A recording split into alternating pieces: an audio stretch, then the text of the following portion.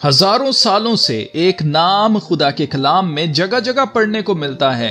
ये नाम कदीम बाइबल प्रोफेसी में कहीं दबा हुआ है।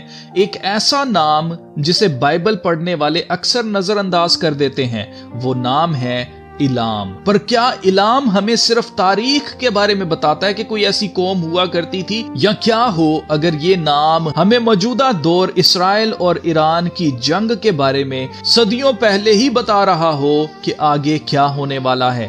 तो आइए आज की वीडियो में ईरान के बारे में बाइबल प्रोफेसी में से पढ़ते हैं और जानते हैं कि इलाम कैसे मॉडर्न डे ईरान है और आज जो इसराइल और ईरान की टेंशन चल रही है इसका एंड कैसे होगा। मैं हूं अलमास जेकब और आप देख रहे हैं Iran in Bible prophecy, Israel Iran impending war explained.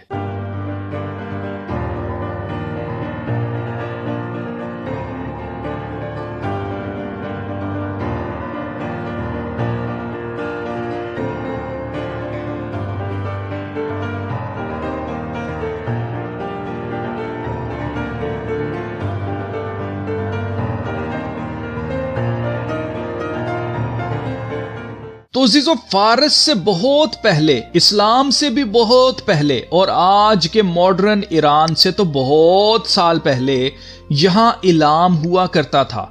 तारीख दानों के मुताबिक इलाम ईरान के जनूब मगरिब में एक सल्तनत थी। इलाम हजारों सालों से एक बादशाहत थी जो कल्चरली और पॉलिटिकली मेसोपोटामिया से गहरे तौर पर जुड़ी हुई थी। लेकिन बाइबल हमें इलाम के बारे में इससे भी बहुत पहले का बताती है। बाइबल की पहली किताब जेनेसिस में इलाम को सिम का बेटा लिखा गया है, जिससे यह पता चलता है कि हजरत नूह के तूफान के बाद इलाम उन लोगों में से था जिन्होंने इंसानियत को एक बार फिर से जमीन पर फैलाया था।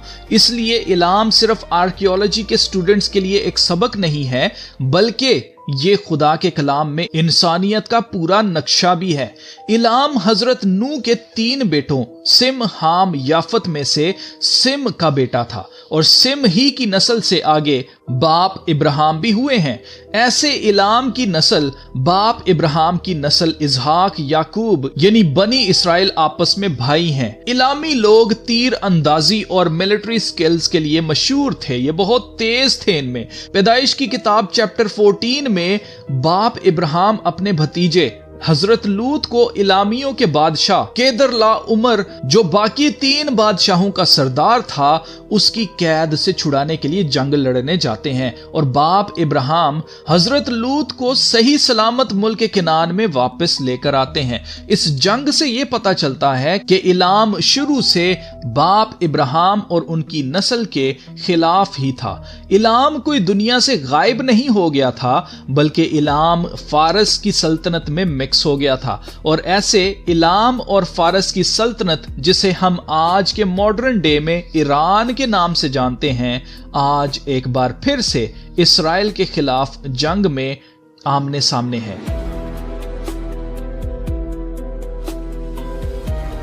खुदा के कलाम में इलाम के बारे में एक पेशगोई है। यिर्मयाह नबी की किताब चैप्टर 49 वर्स 34 से 39 में लिखा है कि खुदा इलाम की तवानाई, उसकी कुमान को तोड़ देगा। और 640 कबले मसीह में ऐसा ही होता है, जब सीरिया यानी मॉडर्न डे शाम की सल्तनत इलामियों पर कब्जा कर लेते हैं। और ऐसे ही पेशगोई में लिखा है कि खुदा इलामियों को दुनिया के चारों कोनों में फैलाएगा और दुनिया में कोई ऐसी कौम नहीं होगी जहां इलामी नहीं जाएंगे। लेकिन खुदा यहां पर एक और कलाम करता है कि वो इलाम को आखिरी दिनों में, यानी कि दुनिया के आखिर से पहले, उनको गुलामी में से निकाल कर वापस लाएगा। तो खुदा के कलाम के मुताबिक इलाम जो जंग में माहिर और तीर अंदाजी में माहिर है, इनकी कुमान तोड़ डालेगा, मतलब ईरान इसराइल से शिकस्त खाएगा।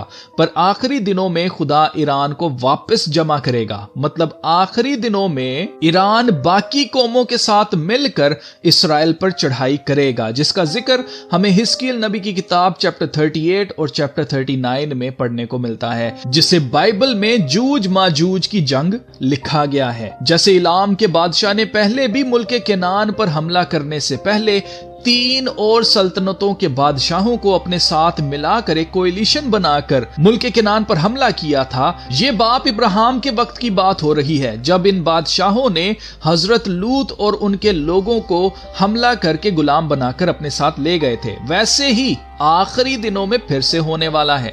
इलाम यानी ईरान, रशिया और बाकी मुसलमान ममालिक के साथ मिलकर इसराइल पर दुनिया की तारीख का सबसे भयानक हमला करेगा। और यह हमला इतना भयानक होगा कि इसराइल के पहाड़ों पर जितनी लाशें होंगी, इसराइल को उन्हें दफनाने में 7 महीने लगेंगे। मतलब इतने ज्यादा लोग इस जंग में मारे जाएंगे, पर इसराइल फिर भी सरवाइव करेगा।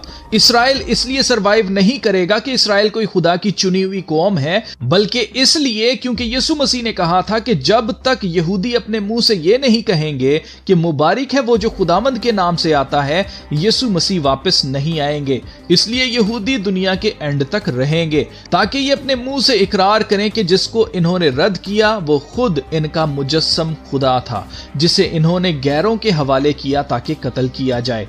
अजीजो, यीशु मसीह खुदा का कलाम है और खुदा का कलाम जो कहता है वो होता है।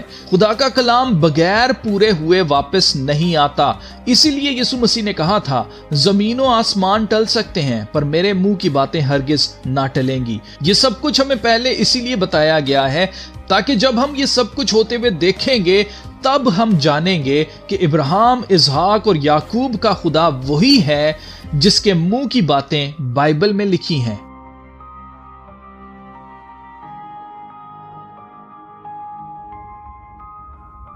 अभी रिसेंटली ईरान ने बाल के स्टैचू को जलाकर अमेरिका और इसराइल के खिलाफ death to Israel, death to America के नारे मारे थे। ईरान के मुताबिक अमेरिका और इसराइल बाल की पूजा करते हैं, इसलिए ईरान भी अपनी आंखों से देखेगा कि सच्चा खुदा कौन है। दुनिया के सभी खुदा, सभी मज़ाहिब कहते हैं कि उन्हीं का खुदा सच्चा खुदा है, पर हमें कैसे पता चलेगा कि कौन सच्चा है और कौन नहीं?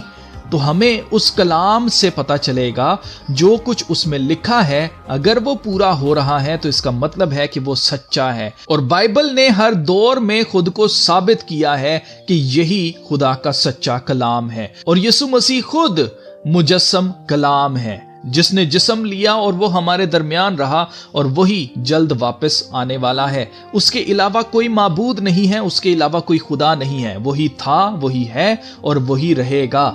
इसलिए जो कोई यीशु मसीह को नहीं जानता वो जान ले इससे पहले कि नजात का दरवाजा बंद हो जाए।